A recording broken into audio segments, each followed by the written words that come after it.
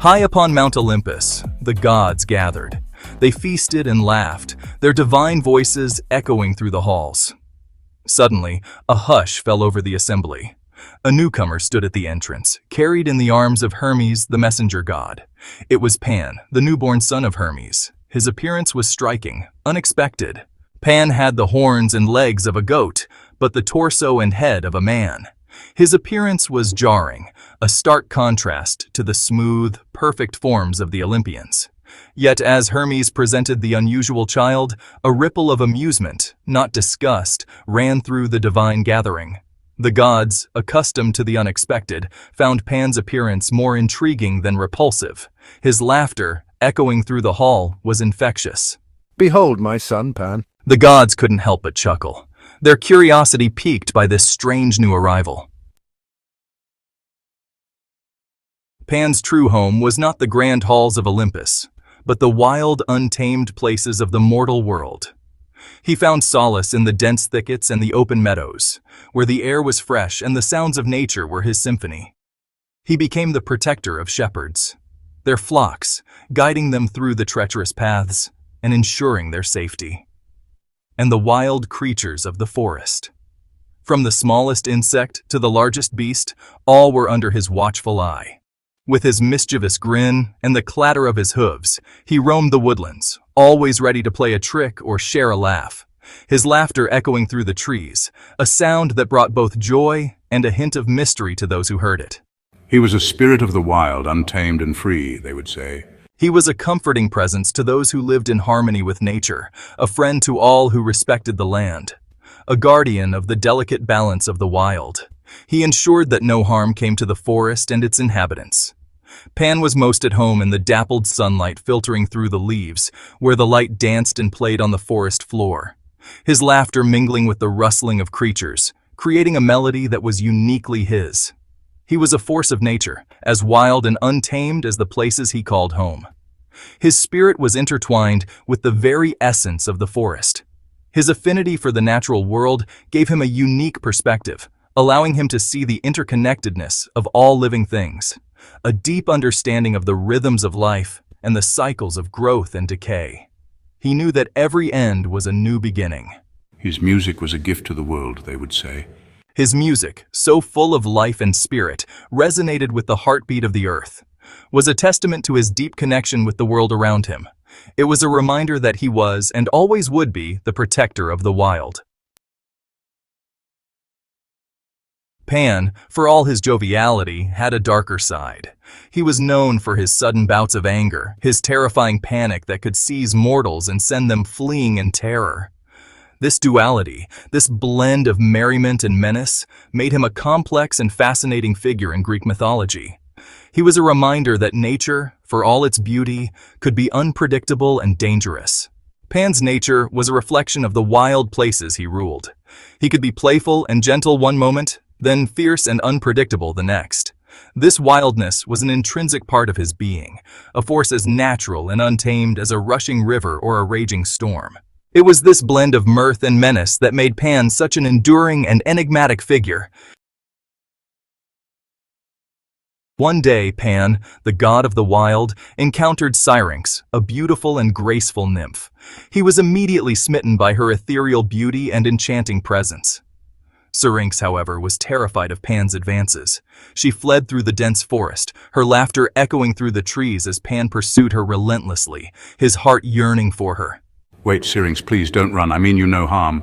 Panting, fearful, "Please, someone help me, I need to escape." The chase continued through the thick underbrush and towering trees until Syrinx, desperate to escape Pan's persistent attentions, stumbled upon the river Ladon. Her heart pounding with fear and exhaustion, she pleaded with the river god for help, her voice trembling with desperation. "Oh, mighty Ladon, save me from this pursuit. I beg you, protect me from Pan." Ladon, moved by her plight and her sincere plea, transformed her into a clump of reeds just as Pan reached her. Pan, heartbroken and filled with sorrow, could only watch as the wind rustled through the reeds, creating a mournful, haunting sound that echoed his own despair. Whispering sadly, "Syrinx, my beloved Syrinx." The sound of the reeds, so sorrowful and beautiful, became Pan's solace.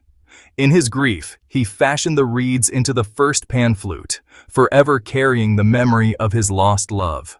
The haunting melodies he played were a tribute to Syrinx, a reminder of the love that could never be. From these reeds I will create my pan flute. He wove the reeds together, their varying lengths producing a range of notes. Each note resonated with the lost love for Syrinx, the mournful sound a constant reminder of his unrequited love. The pan flute will be my constant companion. The pan flute became Pan's constant companion, its music a bittersweet melody that echoed through the forests and mountains. When I play, the forest falls silent, the animals captivated by the bittersweet melody. His music was a reflection of his own nature, joyful and lighthearted at times, then mournful and melancholic, a constant reminder of the beautiful nymph he could never have. Pan's heart, still aching for Syrinx, found itself drawn to another nymph, Echo. His sorrowful melodies echoed through the forest, reaching the ears of the cursed nymph. Sighs. Oh, Pan, if only you knew. Echo, cursed by Hera to only repeat the words of others, was drawn to Pan's music and his presence in the wild. His tunes resonated with her own silent suffering, creating a bond she could never articulate. Softly. Pan, if only I could tell you. She yearned to express her love for him, to offer him comfort, but her curse prevented her from doing so. Her heart ached with unspoken words, her love trapped within her. Playing flute. The forest was filled with Pan's music, a melody of longing and sorrow. Pan, oblivious to Echo's affections, continued to roam the forest, his pan flute singing its mournful song. He was lost in his own world of grief, unaware of the nymph who shadowed his every step. Whispers. Love, if only you could hear me. Echo, hidden among the trees, could only watch as Pan passed by, his music echoing her own silent pain. She was a silent witness to his sorrow, her own heart breaking with each note. Softly, Pain, my heart aches for you. She became a shadow, her voice a mere whisper in the wind, forever tethered to the words of others, unable to express the feelings that raged within her. Her existence was a constant reminder of her unspoken love. Whispers. Forever longing. Her unrequited love for Pan became another layer of tragedy in her already cursed existence. She was destined to wander the forest, her love unspoken, her heart forever yearning. Pan, lost in his own grief and oblivious to Echo's silent adoration, continued his wanderings. Softly, Pan. Echo, her heart breaking further with each passing day, slowly faded away. Whispers. Love. Her physical form, consumed by the pain of unrequited love, dissipated until all that remained was her voice. Echoing echo. Her voice, a whisper of the wind, still echoed in the mountains, a poignant reminder of the nymph who loved too deeply and lost too much. Softly, lost. And so, the mountains became her tomb, her voice a permanent fixture in the landscape. Whispers. Forever. Her tale, a cautionary reminder of the power of words unspoken and the enduring nature of unrequited love. A strange tale arose, whispered amongst the shepherds and carried on the wind.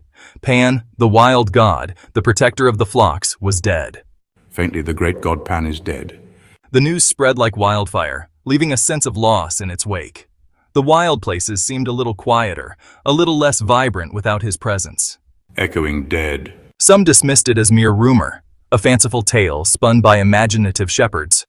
Others saw it as a sign, an indication that the old ways were fading, that the wild places were slowly being tamed. Softly fading. Regardless of the truth, the myth of Pan's death resonated with a sense of melancholy, a reminder of the ever-changing nature of the world. But the world of Greek mythology is vast and ever-evolving. The stories are never truly over, merely waiting to be retold. Keep watching, dear viewer, for there are many more tales to be told, many more heroes to meet, and many more adventures to be had. The world of myths and legends is waiting to be explored, and I, your humble guide, will be here to lead the way. Until next time, may the gods smile upon you and your journeys be filled with wonder.